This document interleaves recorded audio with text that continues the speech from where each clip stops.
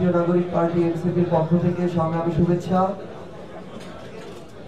আমরা জাতীয় নাগরিক পার্টি এনসিপির সংগঠন টিমের পক্ষ থেকে বাংলাদেশের প্রত্যেকটি জেলায় আমরা আমাদের আহ্বায়ক কমিটি করার কার্যক্রম চালিয়ে যাচ্ছি। ইতিমধ্যেই উত্তরাঞ্চলের 32টি জেলার মধ্যে 20টি জেলার আহ্বায়ক কমিটি হয়েছে এবং আমরা আশা করছি ডিসেম্বরের মধ্যে বাংলাদেশের প্রত্যেকটি ওয়ার্ড পর্যন্ত এনসিপির আহ্বায়ক কমিটি হবে।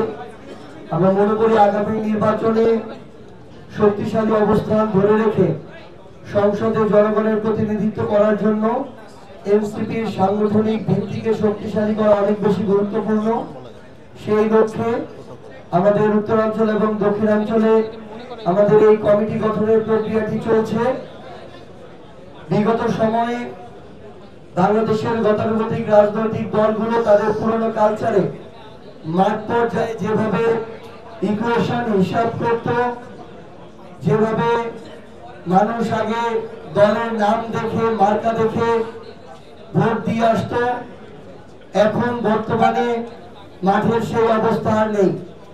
এখনো যারা পুরাতন রাজনৈতিক কালচারের উপরে আস্থা রেখে মনে করছেন যে শুধুমাত্র নির্বাচনের কয়েকদিন আগে আবারও মাঠে গিয়ে আপনারা জিতে আসবেন, যেটা আপনারা পূর্বে করতে পেরেছিলেন, আপনাদেরকে আমরা বলতে চাই যে সময় থাকতে আপনারা মাঠে গিয়ে জনগণের কথা শুনুন, জনগণ কি বলে সেটা বোঝার চেষ্টা করুন।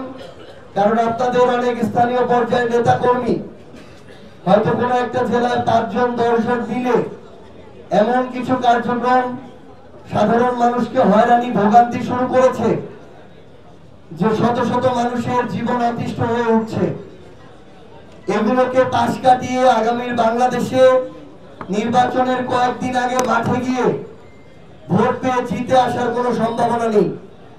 আমরা আপনাদেরকে আহ্বান করব, আপনারা মাঠে যান এবং আমরা আমাদের জায়গা থেকে এনসিপির যারা নেতাকর্মী আছেন তারা যেভাবে মাঠে যাচ্ছেন কাজ করছেন, আমরা আশাবাদী যে আগামীতে মাঠ পর্যায়ে বাংলাদেশের মানুষ আর কোন দল কিংবা মার্কার প্রতি অন্ধ থাকবে না। সেই সময় 24-এর অভ্যুত্থানের মধ্য দিয়ে শেষ হয়ে গিয়েছে এবং আমরা প্রত্যাশা করছি যে আগামীতে মানুষ ওই বয়সের মধ্যে সীমাবদ্ধ থেকে, মার্কার মধ্যে সীমাবদ্ধ থেকে, পুরাতন দলের মধ্যে সীমাবদ্ধ থেকে কাউকে বিজয়ী করে আনবে।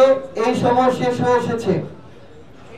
আমরা মনে করি যে মানুষ এখন আর কে কত বড় পরিবারের ছিল, কার রাজনৈতিক ব্যাকগ্রাউন্ড কত বড় ছিল, এগুলোর দিকে না তাকিয়ে জনমুখী যারা নেতৃত্ব রয়েছেন তারা তরুণ প্রজন্মের প্রতিনিধি হলেও তাদেরকে সামনে রেখে, তাদের উপরে আস্থা রেখে ব্যালট বিপ্লবের মধ্য দিয়ে আগামী সংসদে পাঠাবেন।